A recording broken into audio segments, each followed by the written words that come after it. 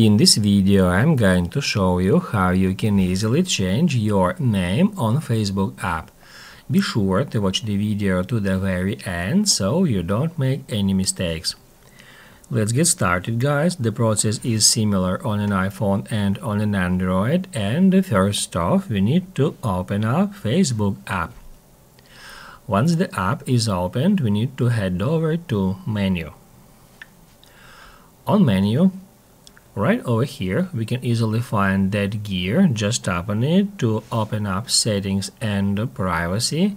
And once you are at settings and privacy, first off you need to get into Meta Account Center.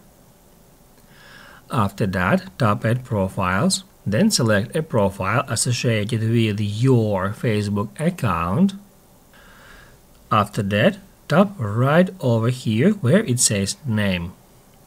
Then you will be taken to that page where you can easily change first name, middle name and last name. Keep in mind that if you change your name, you can change it again for 60 days.